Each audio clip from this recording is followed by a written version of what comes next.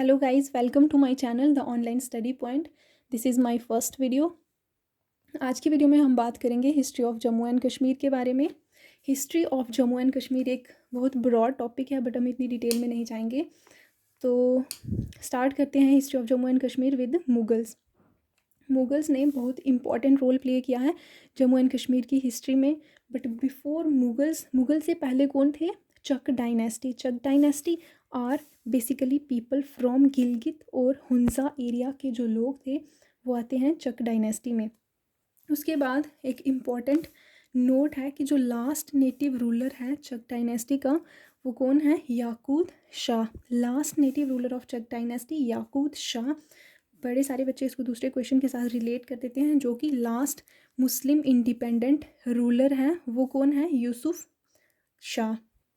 तो ये दोनों क्वेश्चंस बिल्कुल अलग हैं, अच्छे से देख लीजिए। Last native ruler of Chak dynasty कौन है? याकूत शाह। और लास्ट मुस्लिम इंडिपेंडेंट जो रूलर था वो कौन था? यूसुफ शाह। फिर चक डायनेस्टी के बाद आई मुगल्स। जो मुग़ल आर्मी थी उन्होंने चक डायनेस्टी के जो लास्ट नेटिव रूलर थे याकूत शाह उनको डिफीट किया और कश्मीर को अपने कब्जे में कर लिया। और उस टाइम जो मुग़ल आर्मी थी उसके रिप्रेजेंटेटिव कौन थे? कासिम खान। कौन थे रिप्रेजेंटेटिव? कासिम खान। अंडर किसके रूल के अंडर उस टाइम जो मुग़ल था? किस मुग़ल का रूल था? अकबर। तो उस टाइम था अकबर का रूल। तो उसके बाद हम बात करते हैं order of Mughal rulers. Mughal rulers का क्या ऑर्डर था? सबसे पहले आते हैं बाबर, हुमायूं, अकबर, जहांगीर, शाहजहां, औरंगज़ेब। सबसे पहले कौन आते हैं? बाबर, हुमायूं, अकबर। हुमायूं यहाँ पे एन आएगा। हुमायूं, अकबर, जहांगीर, शाहजहां, औरंगज़ेब। तो वन बाय वन हम इनको डिटेल में स्टडी करेंगे। सबसे पहले हम अकबर से स्टार्ट करेंगे और औरंगज़ेब तक। हम बाबर और हुमायूं को नहीं पढ़ना है। सबसे पहले अकबर की बात करें तो मोस्ट इम्पॉर्टेंट पॉइंट्स जो हैं जो आपको याद रखने हैं वो क्या है कि अकबर ने कश्मीर में कितनी बार विज़िट किया था? 3 टाइम। 3 टाइम उसने कश्मीर में विज़िट किया है। बट तीनों में से जो मोस्ट इम्पॉर्टेंट विज़िट है वो थर्ड विज़िट है, क्योंकि थर्ड विज़िट में उसने ऑक्यूपाई कर लिया था लद्दाख और बल्तिस्तान को ऑक्यूपाई किया था थर्ड विज़िट में। तो रिवाइज़ कर लेते हैं कौन से पॉइंट्स याद रखने हैं। अकबर ने कश्मीर में कितनी बार विज़िट किया है? 3 टाइम अकबर ने कश्मीर में विज़िट किया है। और तीनों में से जो मोस्ट इम्पॉर्टेंट विज़िट है वो कौन सी विज़िट है? Third visit. क्यों? क्या रीज़न है उसका? क्योंकि थर्ड विज़िट में अकबर ने क्या किया? लद्दाख और बल्तिस्तान को ऑक्यूपाई कर लिया था। उसके बाद बात करें कॉन्ट्रीब्यूशंस की। अकबर की कॉन्ट्रीब्यूशंस की बात करें तो सबसे पहली कॉन्ट्रीब्यूशन जो आती है वो है इम्पीरियल रोड। कौन सी कॉन्ट्रीब्यूशन है? इम्पीरियल रोड, जिसको कि हम मुग़ल रोड भी बोलते हैं, जो कि कनेक्ट करता है लाहौर को कश्मीर के साथ कनेक्ट करता है। ये होगी इसकी फर्स्ट कॉन्ट्रीब्यूशन। और दूसरी कॉन्ट्रीब्यूशन आती है कंस्ट्रक्शन ऑफ हरी पर्वत, कि अकबर ने हरी पर्वत की कंस्ट्रक्शन की थी। किसने की थी हरी पर्वत की कंस्ट्रक्शन? किसके द्वारा हुई है? बाय अकबर। तो 2 कॉन्ट्रीब्यूशंस आ गई। एक आ गई इम्पीरियल रोड, जिसको कि हम क्या बोलते हैं? मुग़ल रोड बोलते हैं, जो कनेक्ट करता है लाहौर को कश्मीर के साथ। और दूसरी इसकी कॉन्ट्रीब्यूशन आ गई हरी पर्वत। फिर उसके बाद बात करेंगे कि अकबर के नवरत्नस के बारे में बात करेंगे। मतलब अकबर के अंडर 9 एक्स्ट्रा ऑर्डिनरी पीपल थे जो कि उसको गाइडेंस प्रोवाइड करते थे। क्या करते थे? गाइडेंस प्रोवाइड करते थे, जिनको हम बोलते हैं नवरत्नस। उन 9 एक्स्ट्रा ऑर्डिनरी लोगों में से ही जो एक नाम है, मोस्ट इम्पॉर्टेंट नाम है, वो आता है राजा टोडरमल का। राजा टोडरमल जो थे वो थे फाइनेंस मिनिस्टर थे अकबर के। क्या थे? फाइनेंस मिनिस्टर ऑफ अकबर, जिन्होंने रेवेन्यू सेटलमेंट को इंट्रोड्यूस कराया था। तो यहाँ से ही एक बहुत इंपॉर्टेंट क्वेश्चन निकल के आता है कि रेवेन्यू सेटलमेंट जो है वो किसने इंट्रोड्यूस कराया था? तो हम बोलेंगे राजा टोडरमल ने इंट्रोड्यूस कराया था। तो एक बार रिवाइज कर लेते हैं कि अकबर के अंडर के नवरत्नस थे। नवरत्नस का क्या मतलब हुआ? कि 9 ऐसे एक्स्ट्राऑर्डिनरी पीपल जो कि अकबर को क्या गाइडेंस प्रोवाइड करते हैं। तो उन 9 एक्स्ट्रा ऑर्डिनरी लोगों में से ही जो एक नाम है, मोस्ट इम्पॉर्टेंट है जो, वो किसका नाम है? राजा टोडरमल का, जो कि क्या थे? फाइनेंस मिनिस्टर थे अकबर के। और उन्होंने रेवेन्यू सेटलमेंट को इंट्रोड्यूस कराया था। फिर उसके बाद 1605 में अकबर की डेथ हो जाती है, 1605। फिर उसके नेक्स्ट जो मुग़ल रूलर आते हैं वो आते हैं जहांगीर। तो जहांगीर के बारे में जो इम्पॉर्टेंट पॉइंट्स हैं वो ये हैं कि जो जहांगीर उनका नाम था वो किंगशिप अटेन करने के बाद पड़ा, किंगशिप अटेन करने के बाद उनका नाम पड़ा जहांगीर। तो उससे पहले किंगशिप अटेन करने के बाद उनका नाम क्या पड़ा, जहांगीर। जो जब वो प्रिंस थे तब उनका नाम क्या था, सलीम। जब प्रिंस थे तो उनका नाम था सलीम।